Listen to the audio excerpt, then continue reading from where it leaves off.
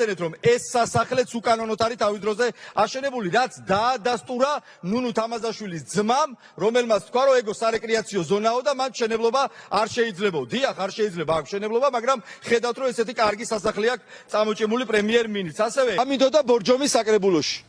ბორჯომის საკრებულოში ორი რამ უნდა იცოდეს მაყურებელმა. პირველი, როცა ღარიბაშვილმა იქ სახლი ააშენა, იქ იყო სარეკრეაციო ზონა და ბაკურიანი და ბორჯომის საკრებულომ გააკეთა ყველაფერი, რომ მშენებლობის ნებართვა მიეღო იქ, სადაც არ შეიძლებოდა პრემიერ-მინისტრს.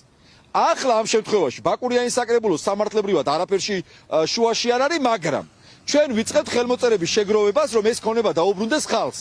პირველი მივედი საკრებულოში, ანუ არჩევითი ორგანოა და ხალხმა ხმა მიცა, რომ ბაკურიანელების, ბორჯომელების ინტერესები დაიცვა ამ ადამიანებმა და დავიწყე საკრებულოდან ხელმოწერების შეგროვება, კომუნალური გადასახადებით გაძვირდა, ხო, ყველაფერი გაძვირდა და ეს კაცი ფიქრობდა იმაზე, როგორ გაეკეთებინა საკუთარი მეუღლისთვის საჩუქარი მოსახლეობის ხარჯზე. აიღო და მის მეუღლე ნუნუ თამაზაშვილს გადასცა ტყე. აგერმა გამონაწერი 5948 კვადრატული გადასცა 59 წლიანი იჯარით. ეხლა 59 წლის მერე ვინ იქნება საერთოდ და რაზე ვლაპარაკობთ, ფაქტობრივ საკუთრებაში მისცა.